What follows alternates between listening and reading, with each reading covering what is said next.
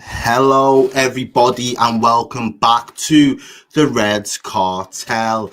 Tonight, I am fortunate to be joined by a couple of the lads. And to be fair, I think this is the first time we've done a show where everybody is local. Might not all support the same team, but we're all actually under the same postcode or area code, or at least we're all in the same ends of Liverpool this week. I am fortunate to be joined by my boy Connor. Connor, how you doing, bro? You good?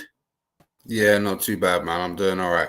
You just got back off a train. Just stepped off a train at Lime Street, was it? Yeah, South At Parkway. Lime Street. Yeah, and Yeah, heading back yeah. home.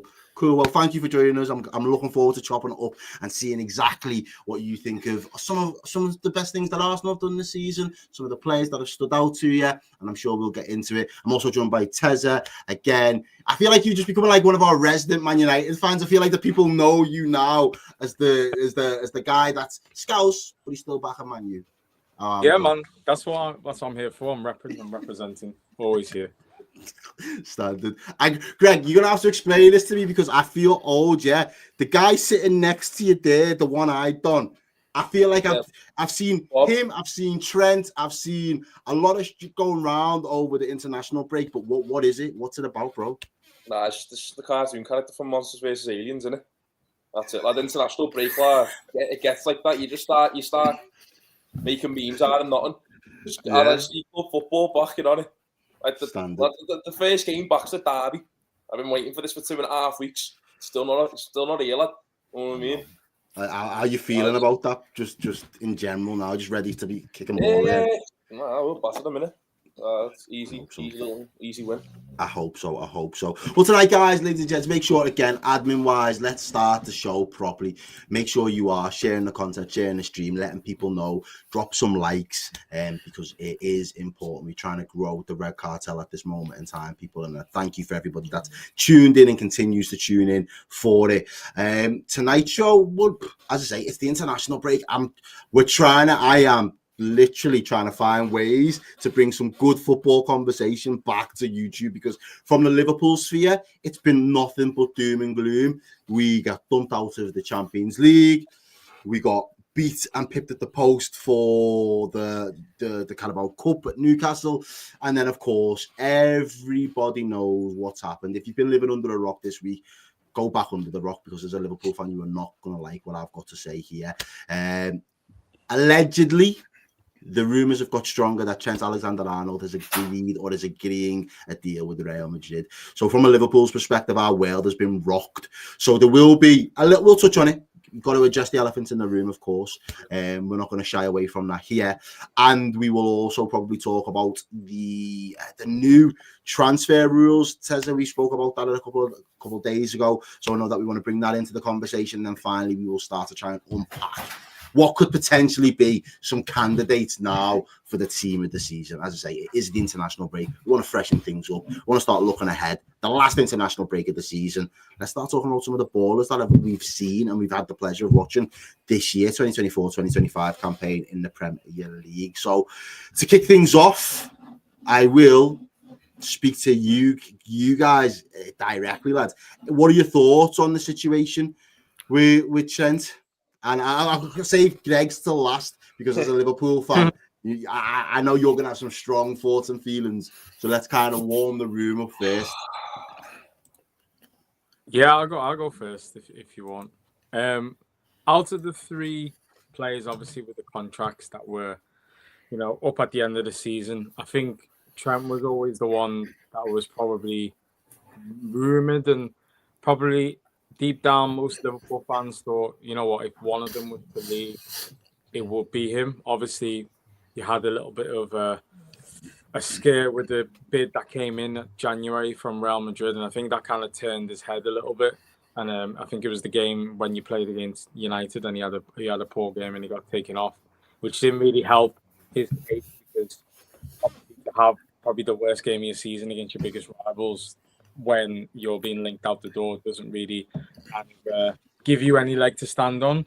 I think from a Liverpool perspective, although he's a local lad and he's a fantastic player and he's been amazing ever since he's broken through, he's probably out of the three that I would say is the most replaceable.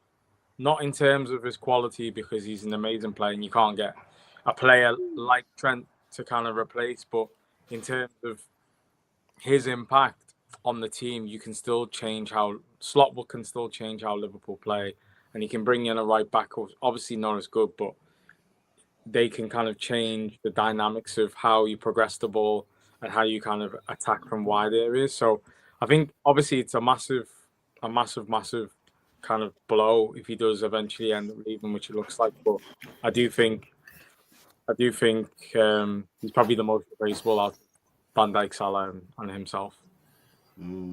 Connor, what are your thoughts on the situation? So I agree with what you just said then about him being the most replaceable. I think most of us, anyone who weren't a Liverpool fan, knew it was going to happen. We kind of just had, because if that was an Arsenal player, I'd be like, oh, they're not going to go. I'm going to hope. Everyone that weren't a Liverpool fan knew it was happening. And I think Jude has a lot to do with it. Do you think? Really good, Yo, bro, do. He was supposed to bring Jude to us. It wasn't supposed to be this way around. That wasn't happening. That was never happening. I think Jude had a lot to do with it. And yeah, he's a class player. Like, I personally think he's one of the best, if not the best right back in the world right now. But again, from an outside perspective, you ain't got a bad replacement in Conor Bradley already. You got someone sitting there who's going to do a job. Yeah, he's not going to have the same impact going forward. He's not going to score 30-yard screamers, but he's going to put a shift in. He's probably going to do a better job defending. So I'm not at all surprised by it. And if that was like my team, yeah, I wouldn't like it, but I wouldn't be worried about such a drop in ability with the replacement that we already have. Okay. So right. So there's two outside perspectives there. Man United, Arsenal. They get it, lads. And thank you for. Let me introduce Tom as well. Big up Tom for joining the stream as well. Lad, I sent you the link. I want to see what time that was.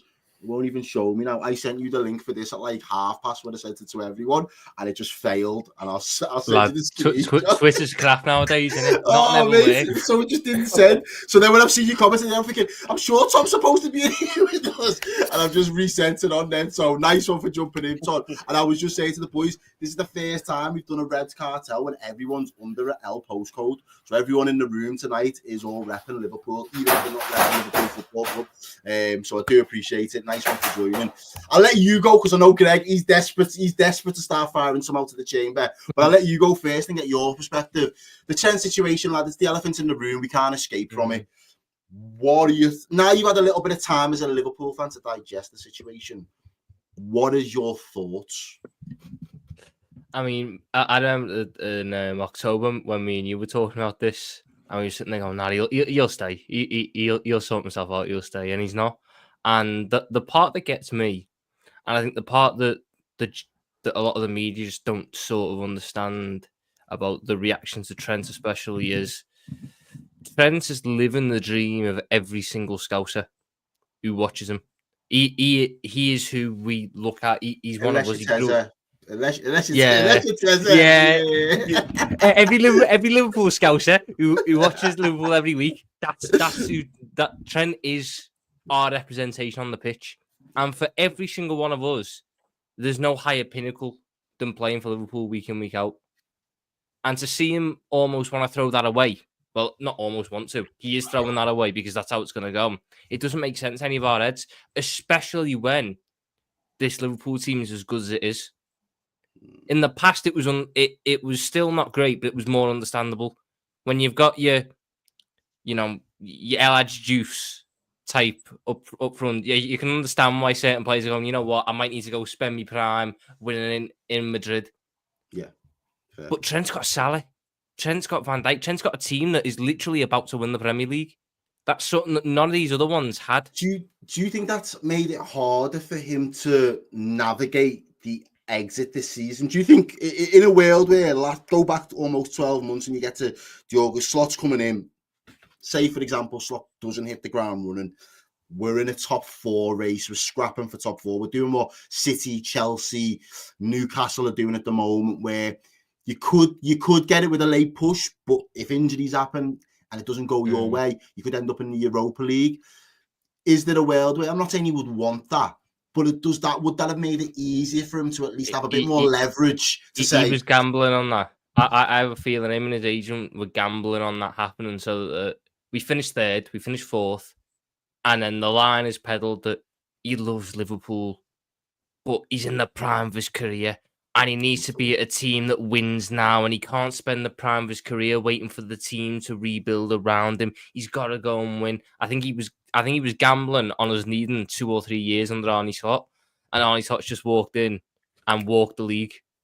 And now he's sat there going, oh, see, they won't buy it now. They won't buy what I'm trying to say because they're not stupid. If I say I want to go spend the prime of my career winning trophies, they'll go, you can do that here. Because you just have. Yeah. Mm-hmm. And I think that's the part that people are really, confused about with him. If you want to go to Madrid, you want to go to Madrid. I mean, all it proves to me is that back in 2022, when we sent him on a scouting mission and a mission to get Jude to come to Liverpool, wasn't the case. They were just sitting in a hotel room. Him, Jude, and Henderson. Henderson sat in the corner going, "I'll replace Cruz if you need it, lad. Don't worry, I'll be there." And the other two planning out the 5 year spell in Madrid. It is what it is. Look, there's been better players than Trent before, and there'll be better players after him. Big ups, Conor Bradley. Yeah, fair. Greg, you've heard most people's thoughts now. Go on, what's your 2 pence? Well, realistically, just repeating what Tom said there, it's like he's living practically every Scouse Liverpool fan's dream. You know what I mean? All right, then let me ask you it this way. You go to a lot of games. Yes. And Tom, you go to games as well. Is he going to get a send-off at Anfield at the end of the season then? Just depends how he goes about it. I think there's only one way of reviving any sort of respect that a lot of the match-going fans have, because I think with this whole saga, it's easy to just go to do the post-match interviews and just say, look, right now I'm just committed and focused on Liverpool. He's the vice captain. He's meant to be doing the post-match interviews with Van Dijk. That's his job. That's his role as vice captain. He's not acting like a vice captain, and he's been talking about how he wants to be the captain of Liverpool one day. And look, I would love to see another Scouser be captain of Liverpool one day. That'd be great. I'd love to see him be that person as well, especially being a mixed race lad like him in the city. He'll be fucking boss. It'll be great. But when he's saying all that like a few years ago, and then he's now vice captain, he's so close to that step which he wanted and he's been talking about for so long. The thing that he was saying was his main goal in his career. He never really spoke about. He always spoke about winning stuff after saying, "I want to be captain of Liverpool." That was always the first thing, and he's so close to it now. He's so close. Look, Van Dijk's world class, incredible, but realistically, maybe after like 2-3 seasons of Trent stays, and if Van Dijk still at a good level, Trent might still get the armband and just say, "Van Dijk, look, you've had your stints." You know what I mean? To come, whatever. So he's still so close, but vice captain duties as vice captain duties come about. He doesn't do them. No post-match interviews. You don't really see him commanding on the pitch. Look at Milner, for instance, when it was Henderson, captain Milner. Vice, look, Milner was doing all the press conferences at the end of the game, doing all the interviews. He was doing all of it. He was there, no matter what the result was. Chance, at the aways, you'd always expect the team to come and clap the away end. Chance straight down the tunnel practically every game. It's one of them. My gut told me the way that the news dropped over the last couple of days was probably on the back of the fact that I don't think he's going to play for us again this season. Now, I think the way he went down in that PSG game, it looked bad, but because they've not really come out and said, "Oh, it's going to be a 2 weeks, it could be 3 weeks, it could be," they've said pretty much nothing. To me, I think they know it's probably going to rule him out till at least the back end of May, at which point the season's done. And that would have been the earliest, do you know what I mean? What's the point in rushing him back for one last game or 2 games, do you know what I mean? They probably just think from a fitness perspective and from, the player perspective, it's best that you probably just start a pre-season now and rehabilitate yourself into a pre-season than trying to rush yourself back for the end of a season. If everything kind of goes to plan and Liverpool, get the points required to win the league. So I think there's something in that where it's just been like, he's not going to play again. Let's just sound it out now and see what the reaction is, so we can start to put all the right pieces in place. As you say, Tom, there, how does he navigate between now and the end of the season to get that reception, to get his ducks in a row, all of those things? I'd love to be wrong, and I'd love for them to come out next week and start saying, yeah, players are coming back and we're going to have a full fit squad for the running. But with that injury, I just think and again, this ties into the next part of the kind of conversation about obviously the transfer window and stuff from Real Madrid's perspective. I don't know if he is going to be fit enough to go to that Club World Cup if he goes over with them as well. He might be enough to be in and around the squad, but he's probably not going to walk into the team in the way he probably thought he was going to at the start of the turn of the year if he knew he was already going to go to Madrid. I think we've left ourselves. Again, you can point the blame, and I think everybody's got to be a little bit culpable in terms of the blame on this one. But I think from the player's perspective, I think growing up as a Liverpool lad, I think he looked at the likes of Steven Gerrard as one of his biggest idols. And I think once he became a footballer and a fully fledged professional that had won it all, I think he then started looking at bigger idols in world sports. I'm talking your LeBron Jameses, I'm talking your Tiger Woods, I'm talking your Lewis Hamiltons, I'm talking your Michael Jordans, and they almost ascend a club or a team at times. I know Tiger Woods is an individual, but they ascend a sport almost, and they just become so huge as an entity. I think there was an element of that, and I think at Liverpool, I think Stevie G will always get his flowers, but I think, the likes of Gary Neville coming out with some of his comments this week about, for years on end, he was doing, think pieces of how Trent can't defend to save his life and he's not up to scratch as a defender. And then all of a sudden now he wants to come out on his channel and be like, why is Trent so underrated by the British media? It's like, mate, you've been peddling that narrative for as long as the kid's been kicking ball for us. So you're culpable in that respect as well. I think he probably realised he's never going to get the credit at Liverpool to the extent he wants as a sportsman. Do you not think he's got a risk the other way though? Bro, I've said it from day dot. He's got to be perfect. There can't be that Madrid career has got to be perfect. He's made this bridge now, so I think it's what's said about Sterling and what's said about Owen. They're not actually liked anywhere. Mm-mm. Trent will either break any record as a right back and transcend any club and be regarded in history as this, or if he goes to Madrid and it's not this historic thing, he runs the real risk of just becoming an abandoned man at the end of his career who no club really wants to claim. And I think that's the risk when it comes to it. Liverpool is a very tribal club, especially when it comes to a Scouser. But the one thing that I think he would know more than anyone is how much we will stand behind you if you're there. There has been no point in his Liverpool career where the fans have turned on him, where the entire fan base went, listen, it's not going to happen. Regardless of how well he's doing, regardless of how poor he's doing, the fan base has been there. He's sacrificing that. That's his decision. It's got to work out for him somewhere. Otherwise, he'll just become another Sterling. 100%. He played for all these great clubs, but none of them want to claim him. And I think that's, considering what he could have had at Liverpool with the trophies that he's got, the legacy that he was starting to form, to throw that away, he's got to make it happen at Madrid. I also think there's nothing wrong with Gerrard being a one-of-one. Generational talent, could have went everywhere, but just wanted to play for Liverpool at his best and in his prime. There's nothing wrong with him being one-of-one in that respect. And I also think it kind of does a disservice to Curtis Jones. We harp on about how much Trent is the scouser in our team. We love Trent, we love this, we love that.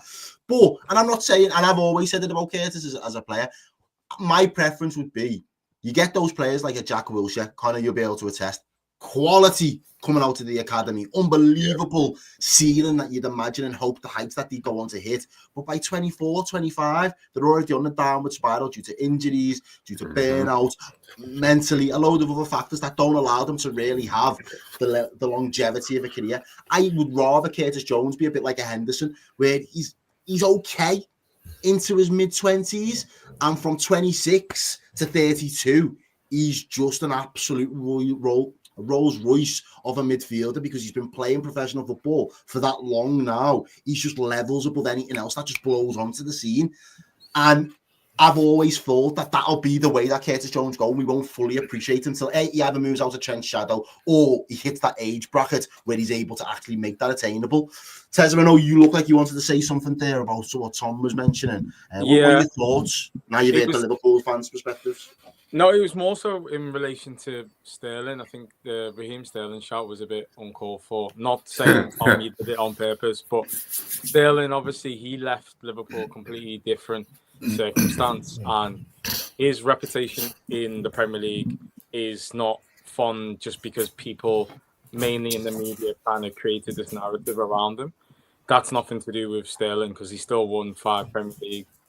Man City's best I didn't mean it in that way. I just meant in the case of if you ask City fans aren't necessarily putting him in their great 11s or aren't speaking of him in the breath of someone who got 100+ goals and won all the stuff he should have done, won for whatever reason. Chelsea fans aren't putting him there. Liverpool fans aren't putting him there. For a player to achieve what he did on numbers and trophies and medals, the fact that no club really wants to celebrate him at their club, it's just a little bit weird in that sense. He should be held in higher regard. I get what you're saying. Yeah, for the numbers he's put up. I don't think that's on him though. I think that's the media perception that they created. They tried to He plays a part. Vilify him.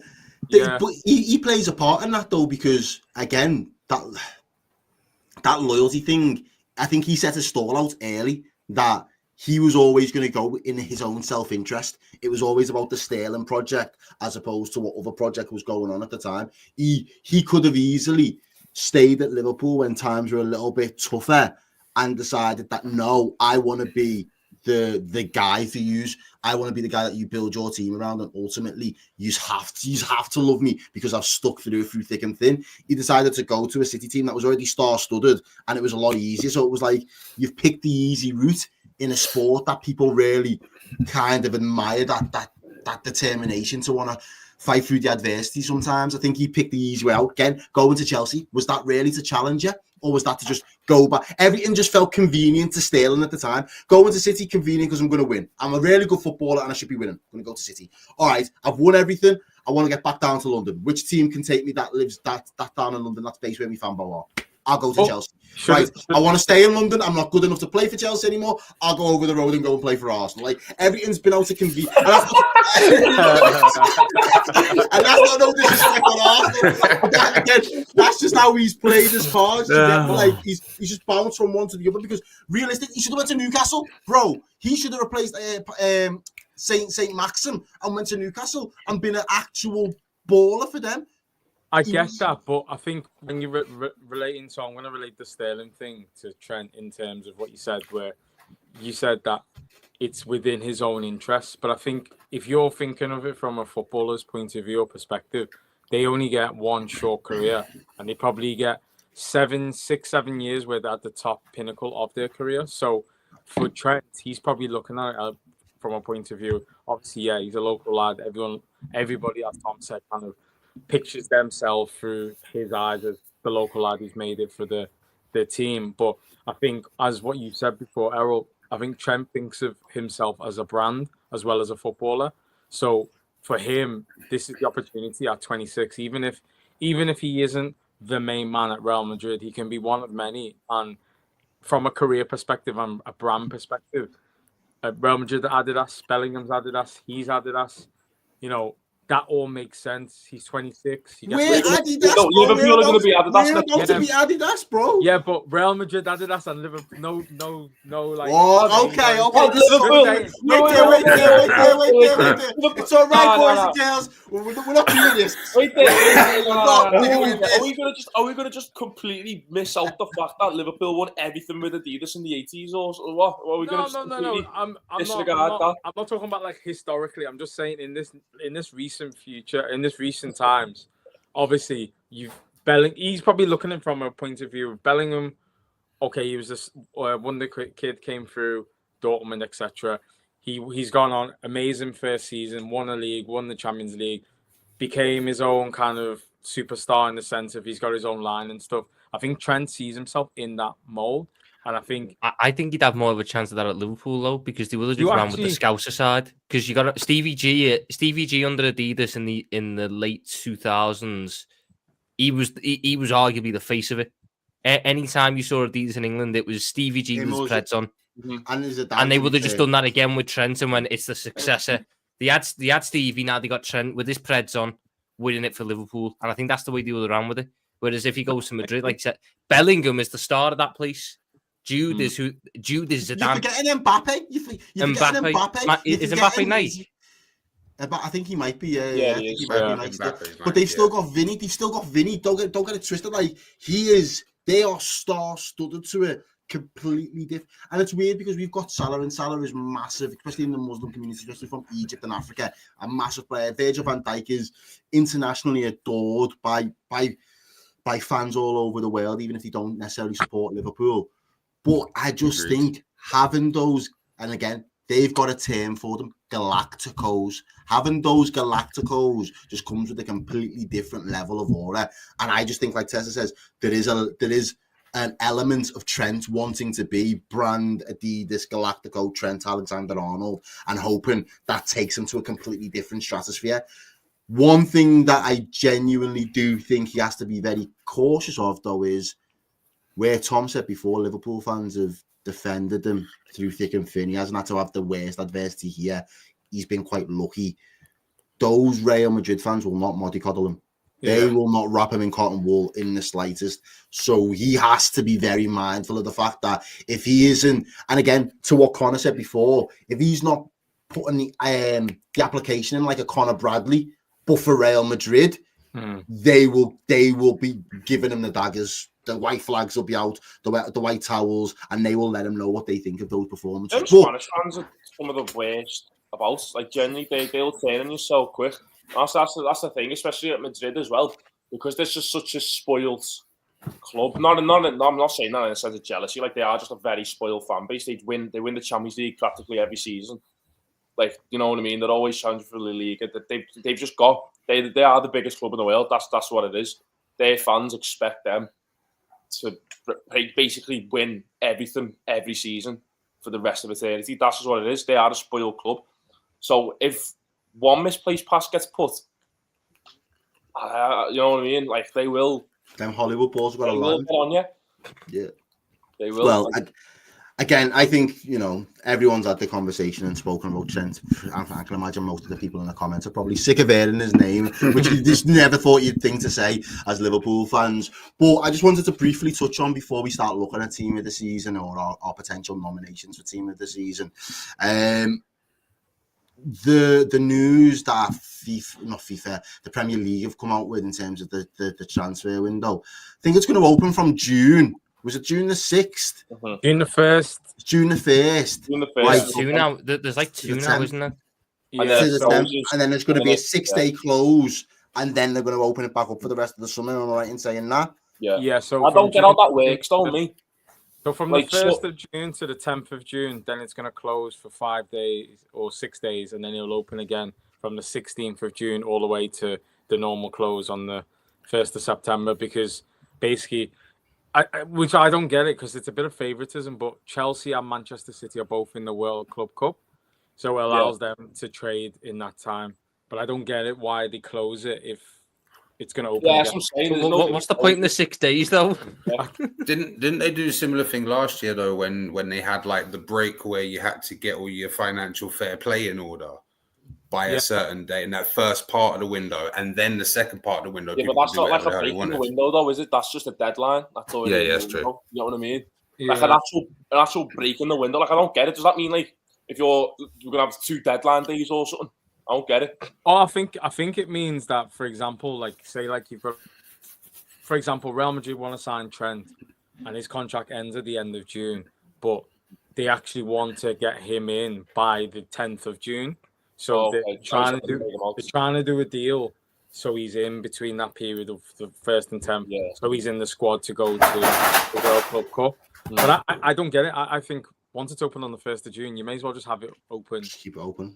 All the way through. So I'm not really sure what the benefit is to have it for a 10-day period. The only thing I can think of, which I know sometimes happens, when you put your transfers through on your financial books, sometimes there's a cut-off point. So it runs up to a certain point in June and it counts for the current season. and then after a certain point, it goes on your books for the next season. So I thought that cut-off point was in April, though. was it in April? That's why most clubs' financial reports come out in April, May, because the cut-off point's then. You can only really release your books for a year after the cut-off point. So I just don't get this whole 6-day off thing. Like, if it's to the Club World Cup, at the end of the day, the Club World Cup has its own registration rules. So you don't need the transfer window to shut to make it so that clubs can't register players for that time period.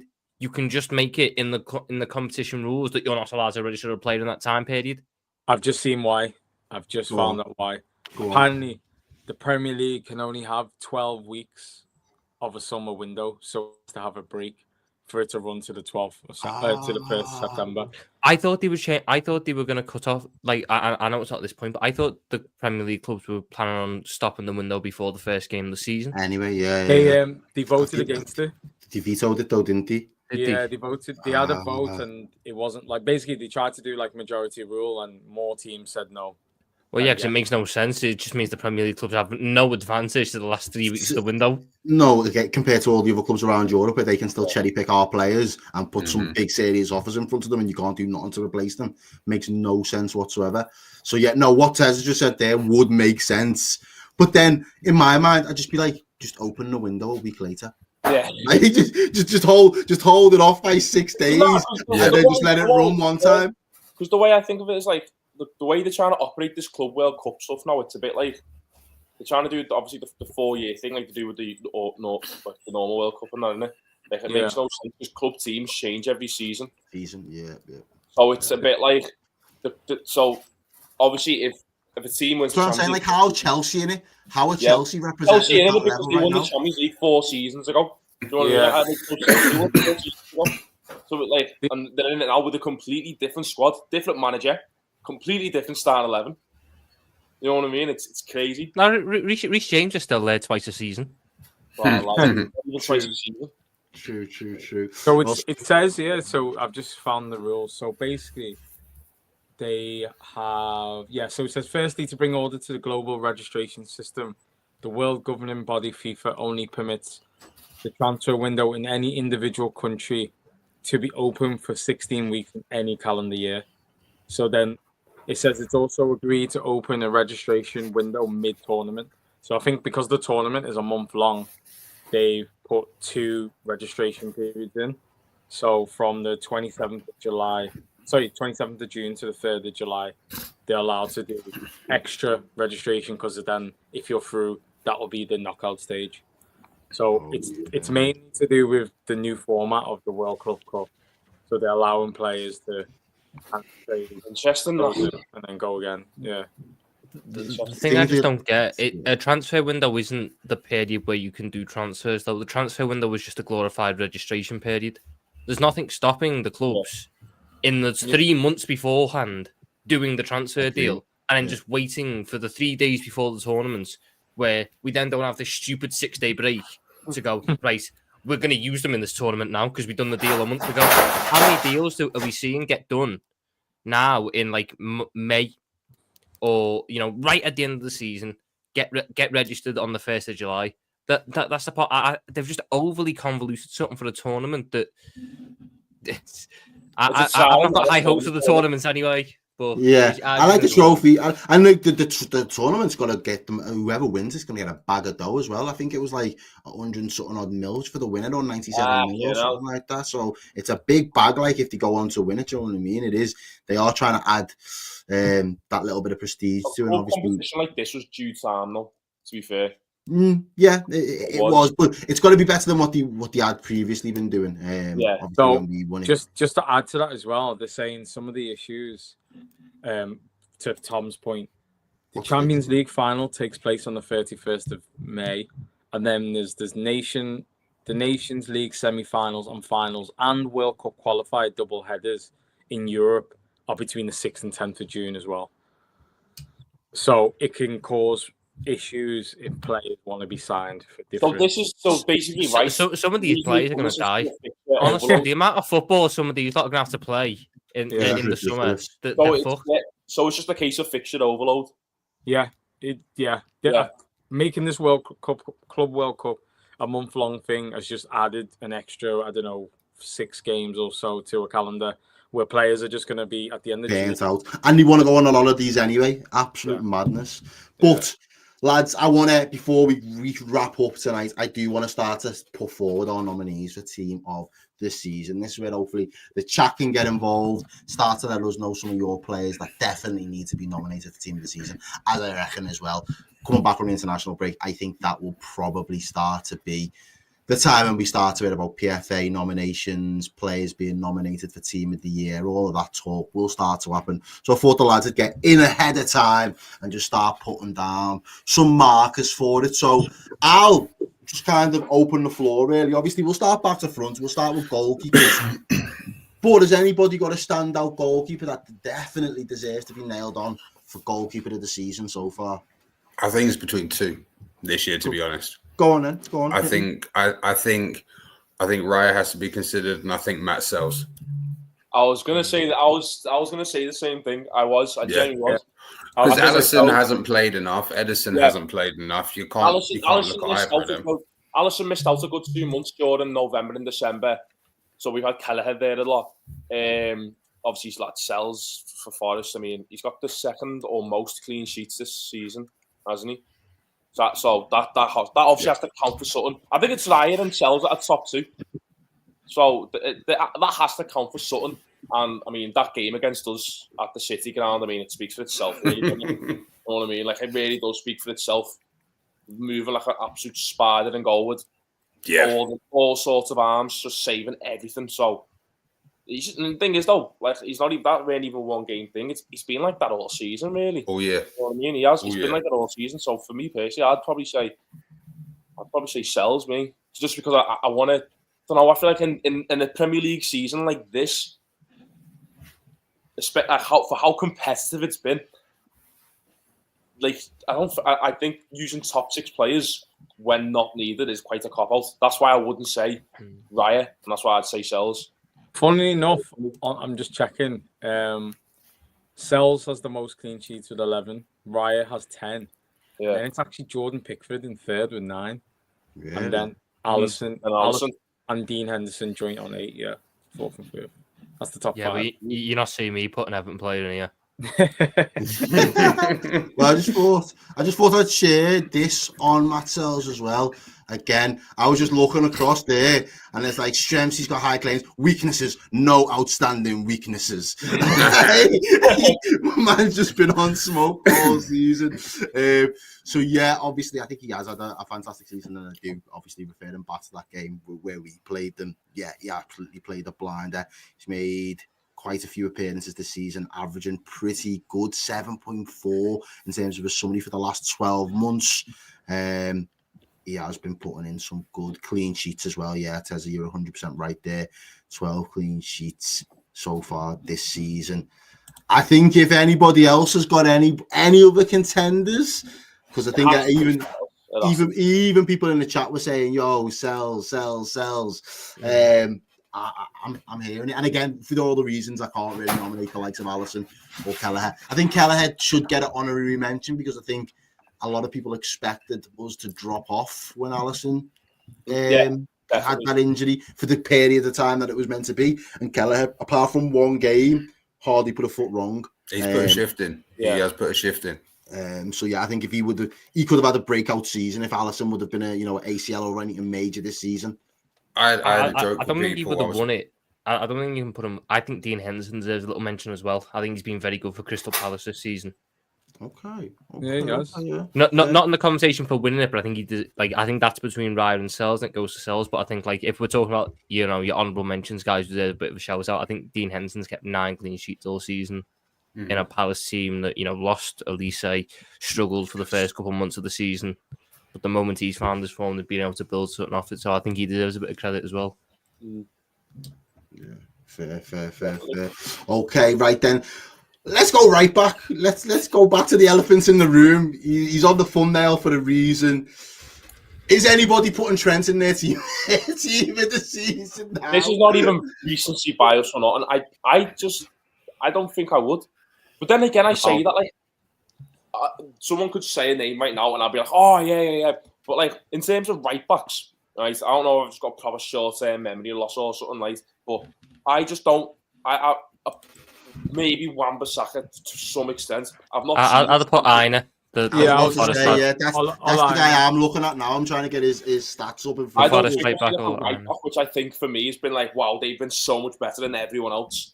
The this only season. other one that comes to mind, but again, yeah, probably Livermento. It's like left back when I look at Kerkez and I think to myself, fucking hell, like Kerkez has actually been the best left back this season. You know what I mean? Like for me, like I will see like with right back, I don't have that for right back personally. Okay. I go Timber- Aina. Any other names to be thrown about there? I'm Timber and putting Trent in Livermento mine. were the others for me. Livermento as well, yeah. And Timber, yeah. And Timber, those are the only ones. Arsenal fans, I was going to say Arsenal fans should be really beating the drum because the amount of times I've had conversations even the last couple of weeks where a couple of Arsenal men have been telling me Timber's world class. And I'm saying, how can man be world class after breaking out in one season? But they are definitely, you know, an advocate for probably squeezing him in. I think you've probably got those three, if I'm being honest with you. It's probably Timber. But then again, there's probably an argument for four. There probably is an argument for Trent. In an objective, unbiased world, there probably is an argument for Trent. There is, 100%. In terms of up until January, maybe obviously thereafter, his form might have taken a little bit of a dip. But for defensively, he's probably looked the best version of defensive self for a while. I think there is a conversation for Ola Aina, again, another Forest player. That, you know, could easily be in this conversation. I think Livermento's another one. I think more so turn of the year, Livermento, in terms of form. And then I do think Timber as well, in terms of his versatility, being able to play left or right, but now starting to make a little bit of a name for himself as in front of Ben White in an Arsenal shirt. It is very, very tough to call. I'm quite happy to let one of you guys take lead and go all in on somebody because, as I say, between those four, you can take your pick. I'm going Olaina. I think just for the way Forest have been this season, and I think he's kept it up from a consistency point of view for the season. So I'm saying Olaina. Even if he has had to drop in at left back for a couple of games, whenever he goes back to right back, he's been. I mean, if he'd have played the whole season, I think Jed Spence would have been up there because I think he's shown a very high level. Do you know what? That is a very good honourable mention as well, to be honest with you, because I think he's been brilliant. Like, really good. Like, played a lot he was of left back as well. Yeah, he was one of their only kind of really shining lights when we've played them, especially in the Carabao Cup semis. He looked brilliant, and again, it was I could take that as an honorary mention. So, Aina. Anyone else objecting to me putting Aina in? No sound. No. Right then, let's move over to the centre backs. Any shouts now? Because we could do both of the centre backs together. Really, I think we can kind of bunch them together if you wanted to do the ideal partnership. Centre backs got to be nailed on, right? I don't think for me personally, conversation has to be. Yeah, I think we can all just agree now. It's Van Dijk and Gabriel. We just agree that right now. Yeah, I was gonna say that. I was gonna say. Let me agree that now. I was saying Van Dijk. I love Konate, but like we actually can't. I was going to say Van Dijk and Saliba. I love the way Gabriel crashes it on the opposition's box. I'll just put that out there. That's what I'm saying. That's the difference for me. He reminds me of Skirtle in that way. He's not as big as Bozo as Skirtle, do you get me? But the way man can attack a ball from a corner is special. You see the amount of carnage Gabriel causes when like in the box on set pieces. It's insane. Genuinely, like that's why I say Van Dijk and Gabriel. Me, look, don't get me wrong. As I said, like I love Konate so much, right? But if we're talking like this season, like we've got to put it into perspective. Gabriel's been getting loads of goals off corners. Yeah, He really get many goals off set pieces whatsoever. That's probably just a Liverpool thing, but you can't deny that impact. Maybe as an actual out-and-out defender, maybe Konate, I'd say has the edge. But we're talking as an overall impactful player for their team. I'd say Gabriel's probably had a bit more of an impact for Arsenal than Konate has for Liverpool. Go on. I'm interested now. Go on, Tom. You got me going. I personally think the best guy this season has been Milenkovic for Forest. Milenkovic, thank you. That was the Donny I was waiting for. No. I was going to say if it wasn't them, I would have said Milenkovic. But I just think you've got to look at the turn they've had. Sells was there last year. but that defence has went from horrendously bad relegation standard to one of the best in the league. And the only sign they've added in Europe, and the only sign they've added is this Milenkovic fella for 12 million quid. He heads everything away. If he doesn't head it away, he'll block it because he's missed the header. if he doesn't block it, he'll have cleared it beforehand, so he doesn't need to. He's everywhere, and he's the guy that frees up that Mario to do these mad runs and these mad dribbles that he gets to do. I think that Gabriel's got the goal scoring numbers, and Saliba has the general sort of quality, even though I think he's been slightly worse than last year. I just think Milenkovic is the sheer impact. Yeah, it's Saliba's been slightly worse by his incredibly high standards, but for just the sheer impact the players had on their team this season, I think Milenkovic is the biggest reason why. And that's what I would agree with that, just purely on the fact that jump up that Tom's just mentioned. It's a 14 place difference. Yeah, because of Milenkovic. I agree. With Gabriel and Van Dijk, the reason why I have to go with them and stick with what Greg was saying is because Milenkovic came in with no pressure. Van Dijk and Gabriel play with the pressure to win every single game. That's a difference. And on top of that, those two teams, Arsenal, Liverpool, play on the halfway line. Milenkovic sometimes is camped on his own box. It's easier to head when you're 6'6" and the ball's coming in. But it says it though to kind of. That's all about playing style though at that point, isn't it? But my whole thing is, if you swap Milenkovic and put them on the halfway line, is he as impactful? No, actually, I think the question should be: if you were to swap Milenkovic for Saliba or Van Dijk, would he be the same player?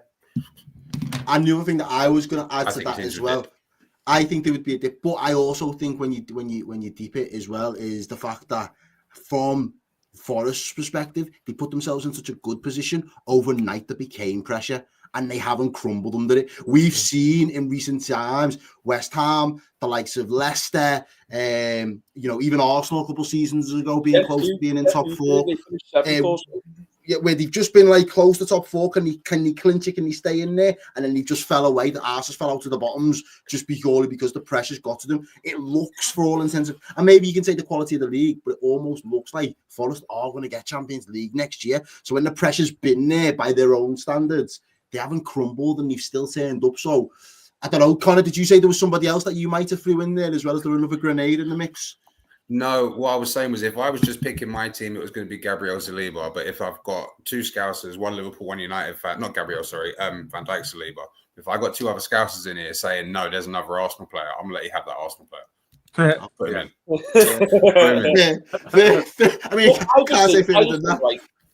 I just think when it comes to defense, like let's just look at where both teams are. Both teams are first and second. They're there for a reason. Yeah. They're there for a reason. It's because they've got two of the best centre backs in the league. That's just the fact of the matter. Obviously, Milenkovic. There's a reason why Forest is fair. I mean, if you want me to drop another grenade, Milenkovic has more goals this season.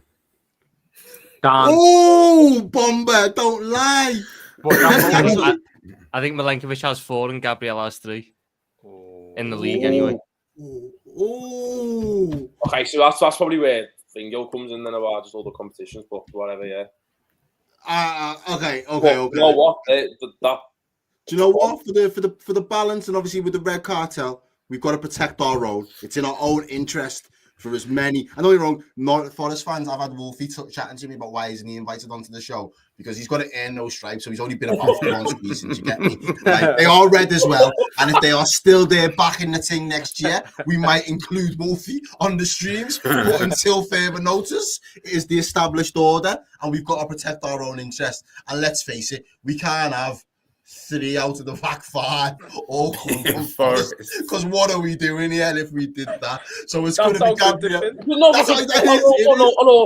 also you got to think of it like this, yeah. If the Forest team was, if the Forest back line was generally the team of the season, man, they'd be fucking first, which is not the case. You've got to have Van Dijk and Gabriel there or something. Some variety. I'm with it. Because if Forest were this good, I'm not denying that they haven't been good because they have been great. But if you're saying that, that Forest aren't that good because they're not first or second. No, okay. That's I'm sold. So our back line at the moment as it stands. There's still 9 games of footy left to play. Yeah. You know what I mean? as it stands, then our nominees for team of the season so far in goal cells, right back Ola Aina, Gabriel, and Virgil van Dijk. Going over to left back, is anybody going to argue a case that it shouldn't be Kirkers? Yeah, I have two names. All right, go on then. Let's have it. I think even though everybody's been laughing at Manchester City and, rightly so to their standards, they haven't been good, Josko Vardial, I think, has been their best defender. And he's also got five goals this season as well. And I think he hasn't let his standards slip. And going forward, as well as defensively, he's probably been their only shining light. So my nomination is Josko Vardial. My one is Anthony Robinson from Fulham.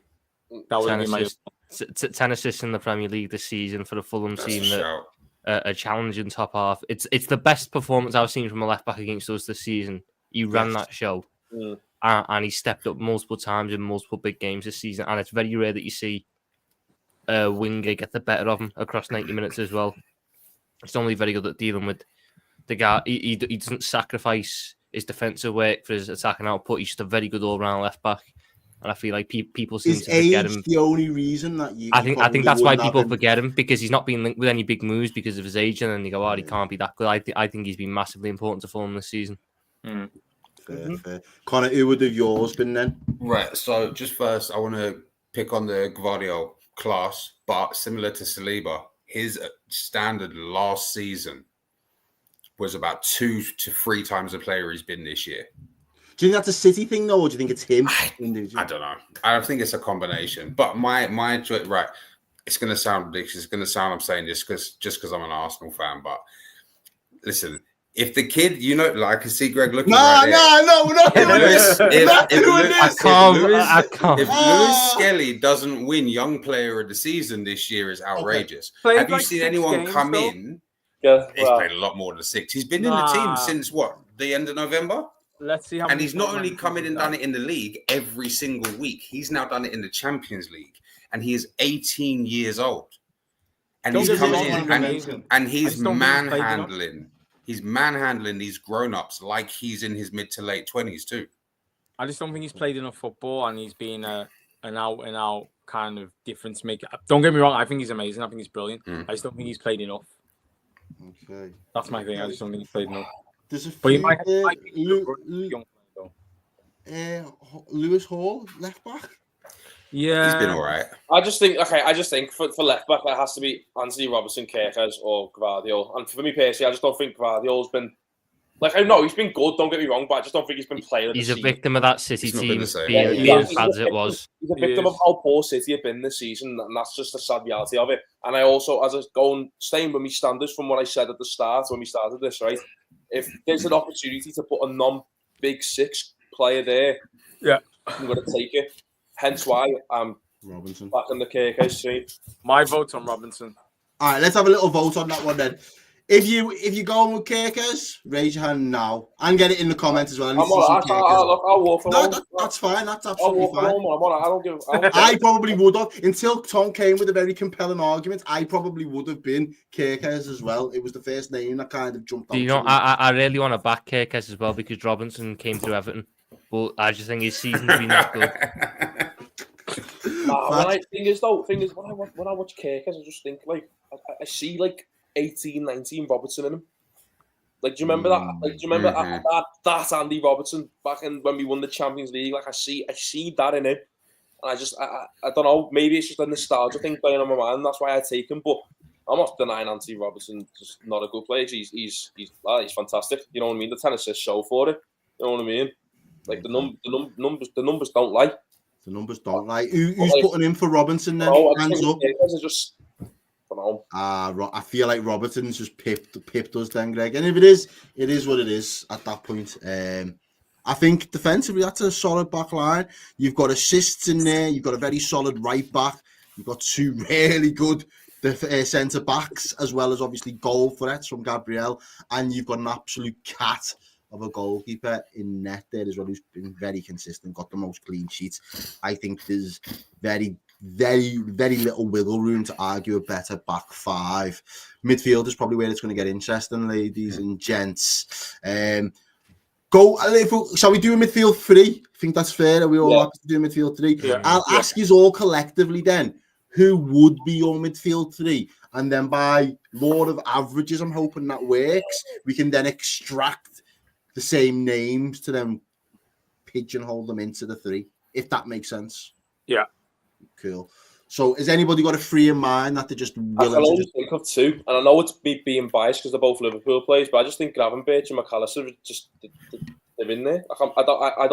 I just think they're 2 guarantees. The levels that they've been putting up all season, they barely slipped. Gravenberch and McAllister have been putting up 8 out of 10s practically every game, bar maybe 2 or 3 this Premier League season. I just think like I don't care about the numbers when it comes to like genuinely like, them as like actual players. They're 2 guaranteed. I think for me personally. I've got my 3. Actually, I've got 4. 3. I've got 4 where I can't pick. But let me hear the 4 and we can wiggle it out. Okay, I'll tell you the 3 and then I'll tell you the 1 that's slightly missing out. And it's the kind of left field shouts, but I think they've been amazing. And it'd be a miss if I don't mention them. But I agree with Greg with the Gravenberch one. I think his kind of transformation of not really playing last season to being the 6th or the deepest player for Liverpool, he's been amazing. The other one, who he's been at the club for a little while, but didn't really break, has been Mikkel Damsgaard at Brentford. I think anytime he's played, he's been amazing. He's got second. I think he's in the top 3 for assists this season. Mainly plays as a 10, but it took him a while to get up to speed, but he's been brilliant. And the other one that, again, just because they haven't been the same level, but he's been brilliant this season, is Yuri Tielemans. I think Tielemans, Gravenberch, Damsgaard, that'll be my 3, and I think they've been consistent majority of the season, but obviously 2 of them don't play. Was there another one? Who was the 4th? Yeah. So this is the 4th one. This is where it's a bit biased, but I think just for the state, and I'm not his biggest fan, but I think Bruno Fernandes does actually deserve. Because you see, right? I'm not going to say I'm angry at that, right? Because I understand what he's saying. He's low key carried the United side, right? He has. But what I'm not happy with, right, is that I don't know how you said fucking Tielemans has been better than McAllister this season. I don't see that at all. I'm not saying Tielemans has been good, but I'm just saying I don't know how you're saying he's been better than McAllister. Nah, it's not so much the other ones. Like, who would be saying Bruno's better than McAllister? No. Tielemans. Okay, so for me, I can't pick two Liverpool players. So if I had to pick one, I'd go with that. Okay, I see the logic. I see. He doesn't want to damage the brand. You know what I'm saying? He's got a brand. It has to be one or the other. I think I love McAllister as well. I think he's amazing. I wanted United to get him, but if I had to pick because of as well as the narrative around Gravenberch was he's been transformative in midfield. Yeah. I think it's safe to say. Mm-hmm. And some of his performances in big games have been amazing. The way he turns on the ball and carries it, and even defensively, he's been amazing. So I think Liverpool would have been worse off without Gravenberch than they would with McAllister, even though they've both been amazing. Right, let's start nailing down at least one spot then, because I've had 2 McAllister shouts. Wait, can I just put one more shout in? Yeah, go on. 75th minute, Endo coming off the bench. But he needs to be on the bench, though. He needs to be on the bench, though. Yeah. He's got to be on the bench. 100%. Gets an honorary mention every single time. I love him. I think we don't concede. Yeah, I think Gravenberch has to be in there. That's what I was going to ask Connor and Tom. Is Gravenberch nailed on for the 6? Or can we say he's nailed on in our midfield? Okay, I think it's just the 2 8s that you look. I mean, my 2 8s are probably a little bit more out there. I think that Morgan Gibbs-White for Forest. Yes. Mm-hmm.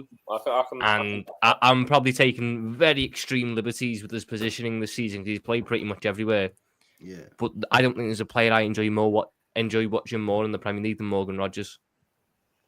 Oh, that can't count as a. I can't run that. He's played left wing attacking, mid right wing. I was just thinking his best games have been as a 10. You can't just say, "Oh, he's been playing left wing. Let me put him at centre mid." No, he's got minutes in the East. Not many, but he's got minutes in the East. Yeah. 5 minutes at the end of a game doesn't count. That doesn't count. Okay. Hey, if I can't have Rodgers, I guess I have to settle for McAllister then. Oh no.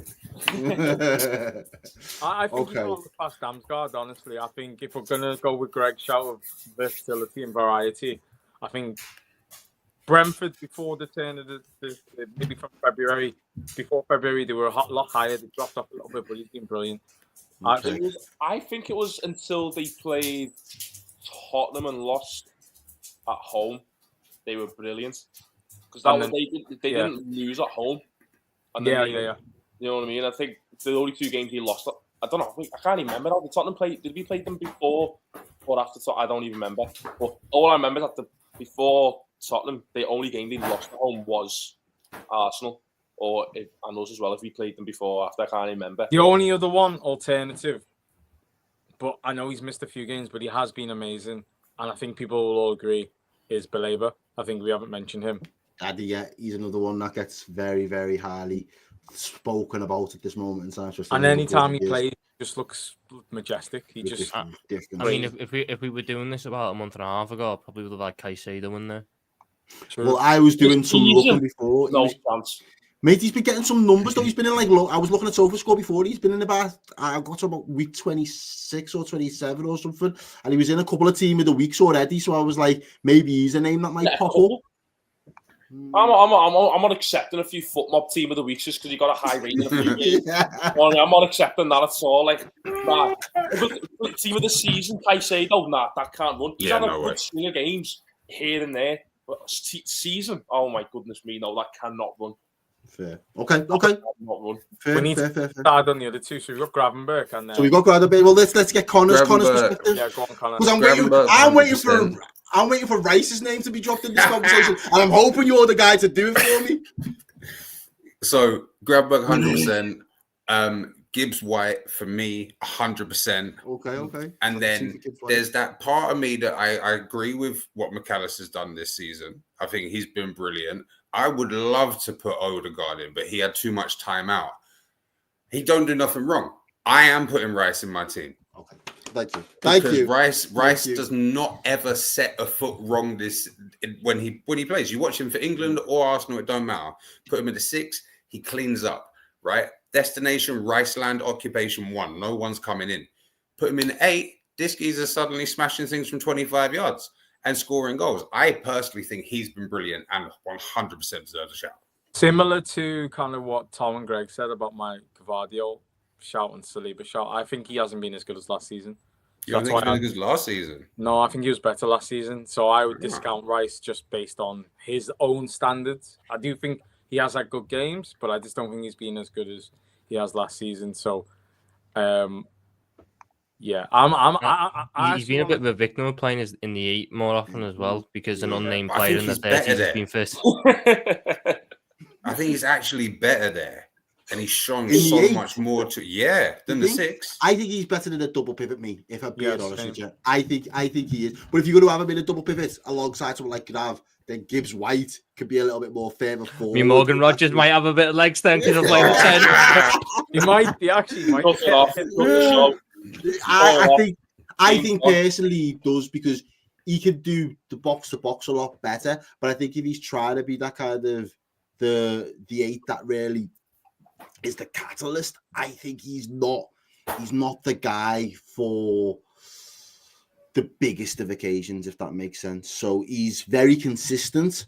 Yeah, I feel like I'd be doing him a disservice if I'd be saying like in the 80s a little bit like Henderson in terms of just that consistent work rate and that. But it is a disservice to him. I think he's got more, but I don't see him as like a powerhouse 8 in the same way that, you know, when Odegaard plays there and he's on form, he can light it up and he can pull the strings and run a game. So I would have had Rice in there, but I understand that Gibbs White's also got votes as well. So we could end up with a Gibbs White Rice Gravenberch midfield. How would you feel on that, boys? I would not be angry with that.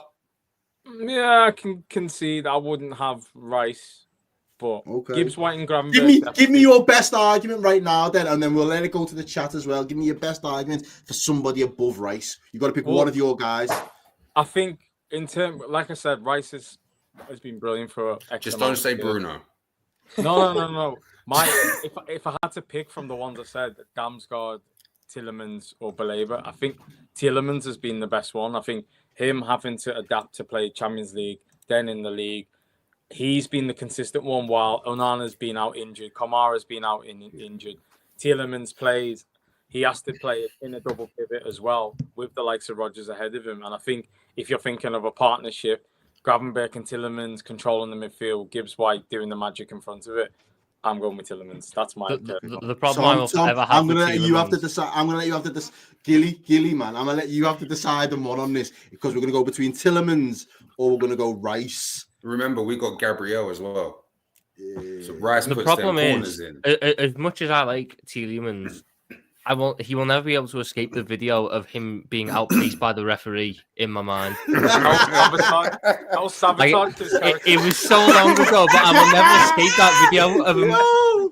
It's fucking Michael Oliver in a full-on sprint and Tielemans. Someone tried to sabotage his character, and he's disproved that with his performances in the last 18 months. So. But no, because I just don't think that Rice has been as good as he was last year. I feel like he's not as good in the 8 as he is in the 6. I'll give the nod to Tielemans. I do think a Villa midfielder needs to go in there just because in the big games where they've got results, they dominate the midfield. I think, to be honest, I'm shocked we didn't really give Bruno Guimaraes a mention because I think he's been very good for Newcastle. I'm shocked. None of the Newcastle lads have been given a mention on this. If I'm being, I'm still angry about a couple of weeks ago.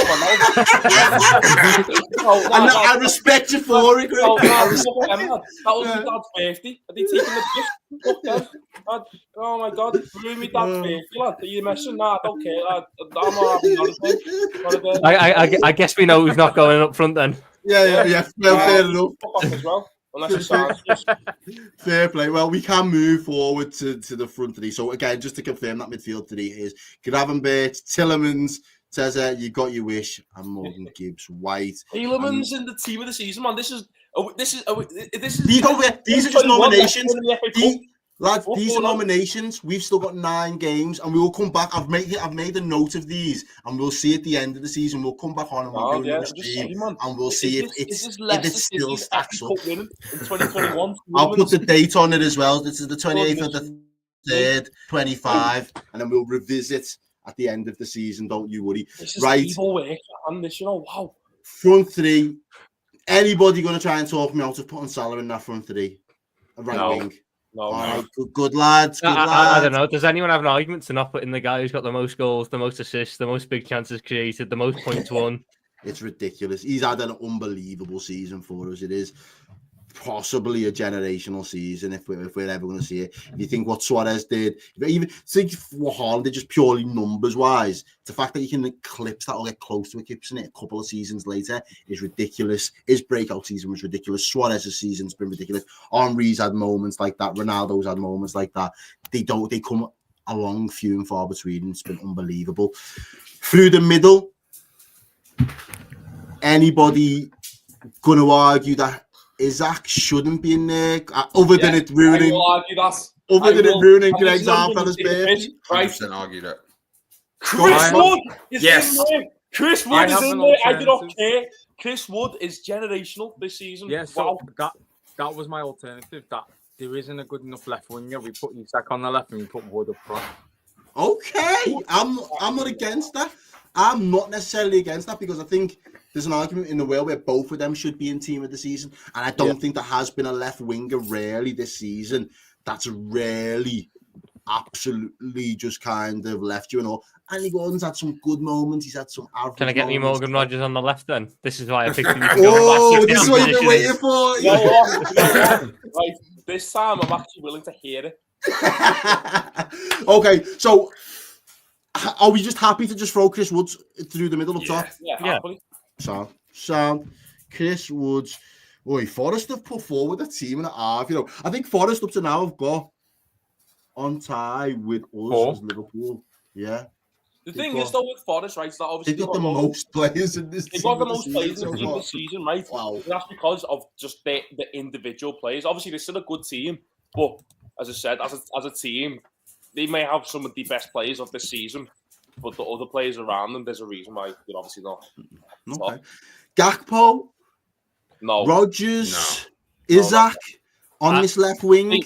if I had to put a Luis Liga- Diaz, anyone? let's not mess about with Luis Diaz. He got no goals in 3 months. He's played I'm more all right, front than he has left wing as well. Anyway, Yeah. I would go. Let's not take the piss here. Yeah, if you're going to put in Diaz, I want to put in Trossard, and I don't even want to put him in. Trossard. Oh my goodness. I'm taking a bit of a liberty because he plays more as a left 10, but Mateus Cunha is the I've seen sole someone reason so Wolves it's aren't in that out relegation. as I well. was going to say Cunha, but I didn't know I didn't know what side he played on. You see, He But, kind of plays off the striker and he played 2 off the strike. Yeah. It's all very weird. Yeah. There's a reason they're near the bottom. look, all I'm saying is I'd take Cunha at Liverpool. Mate. you know his Mm. quality. It's just he Mhm. loves to fight too much. So I'm not. You know what? Then you've got players You like know what? Mbeumo as Modern well. game Like, where's he needs- play, right or left? It's The similar. modern game. needs Bremer on the right. Well, I mean, that's another one. Johan Visser as well. That's another one who This has can been go off the good, left. yeah. He can. Visser's had a good season, but I think if we're gonna, I mean, looking at no one's mentioned Haaland because obviously Haaland has ridiculous season, but he's still got 21 goals this season. Yeah. And he's second in the top goal scoring list. But Actually, for left wing, if we want to look from, say, the turn of the year, January, you want to put Rashford in to get that Villa player in there? No. I No. don't know if I can be doing Rashford prop. That's a stretch. even I'm not backing out. Hey, it's good for the stocks though. If you back it right now, it's good for the transfer monies. No, don't get me wrong. I think he's been good at Villa, but not enough to oust. I think Isak left Wood through the middle. Salah. Yeah, I through think the right. that. Isak has to be in it, really, doesn't he? I mean, Yeah. Chris. I just think Chris Wood is has Well, to be there. as well. Cunha's definitely going to get a special mention. But I Yeah. think Yeah. I've got him in the thumbnail for the reason because I genuinely think he has to be in the team. The other special mention from me personally, I know he doesn't always play. No Cole Palmer's been mentioned at all in this chat. Nah, by the he's way. fallen off. No, because he's playing like Carlton Cole this year. I mean, yeah. The special mention I was gonna say is Justin Kluivert. I think Since the turn of the year, boy. I just, boy's you know, on I fire. just can't see it because after that City against us, I just went down in my estimations. Really, that was it. That was it for me. Don't know He He went up in mine after that. Good lad for missing that. No, like I in that I was just like, I actually wanted to low key bring you in as well, but you've just done that. It's like fucking hell. Fair play. You know what I All mean? right, so as of the 28th of the 3rd, 2025, the nominees for our initial team of the season: Sells in goal, Ola Aina at right back, Gabriel, Virgil van Dijk, Robinson left back, Gravenberch, Yuri Tillemans, This Gibbs is not White, 2021.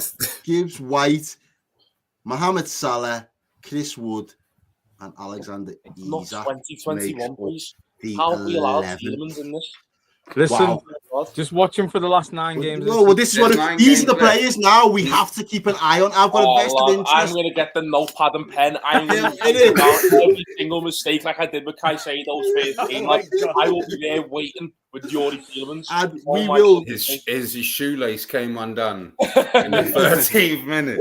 we will be back at the end of the season to see if anything's changed. Does any player manage to squeeze the way in? I think there's a couple of positions there where there's still some good arguments to be had, and there's some cases to be made for certain players. Lewis Obviously- Skelly and Declan Rice. Oh, man. Potentially, yeah.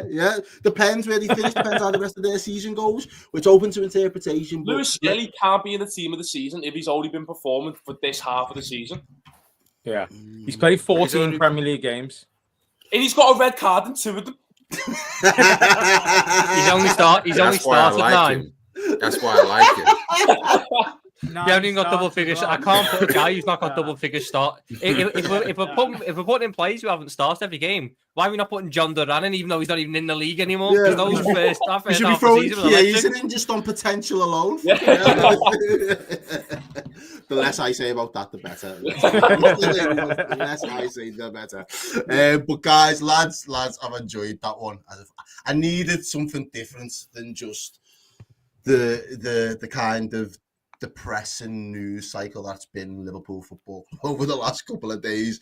So I hope that the chat's been able to enjoy some of that talk as well. Lads, thank you for joining us. I know we've run over ever so slightly, but I definitely think it was worth it to try and put forward a prelim team of the season. We will revisit it, and we'll do a part 2 most definitely. But yeah, go and follow the lads. So Greg, tell us where you are, what you're up to. So my Twitter is Greg's Local LFC with 2 G's. Yeah, don't get it, don't mix it up. I've got 2 G's at the end of my name. Greg's Local LFC. From there, you can basically find all my links to the YouTube, TikTok, Instagram. You can all find it through my Twitter. So yeah. Happy days. Tezza, yourself, what have you been up to? Not too much. Content's not really flowing right now, but it will when it happens. But follow me on Twitter as well, similar to Greg. Tezki, that's with 2 I's. TEZSK with 2 I's. Perfect. Tom Little, thank you for making your debut on the Red Cartel, bro. I appreciate it again. Sorry about the link mess up on X. But let people know where they can find you and some of your content. It's all good, lad. Thanks for having me on. You can find me on basically everything Tom Little, but with a 1 instead of the I, because apparently there's a slightly more famous Tom Little in the world. So for now. Well, we can do something about that. Yes, and big massive thank you to Connor, man of the moment, hero legend, for jumping in and saving our skin and being an excellent representative for the Arsenal fan base tonight. I don't know how much content you do when it comes to football, but if you have got any handles, any socials you'd like people to follow you on, give yourself a plug, bro. I haven't got at the moment. I'm on a little bit of a social sabbatical. That's absolutely soon. I'll be back. Perfect. Well, thank you for joining and then breaking it up just to obviously join us tonight. And hopefully you can get involved again and we'll have you definitely as part of the Red Cartel, 100%. But yeah, guys, on the way out, make sure you share the content. Let's get it out there. As I say, we hopefully can start planning some more things with these type of panels over the next couple of weeks and into the summer. But guys, thank you very much for tuning in. We will be back again next week with another Cartel panel and I will see you all again soon. Peace. Peace. 5, 3, 8, 2.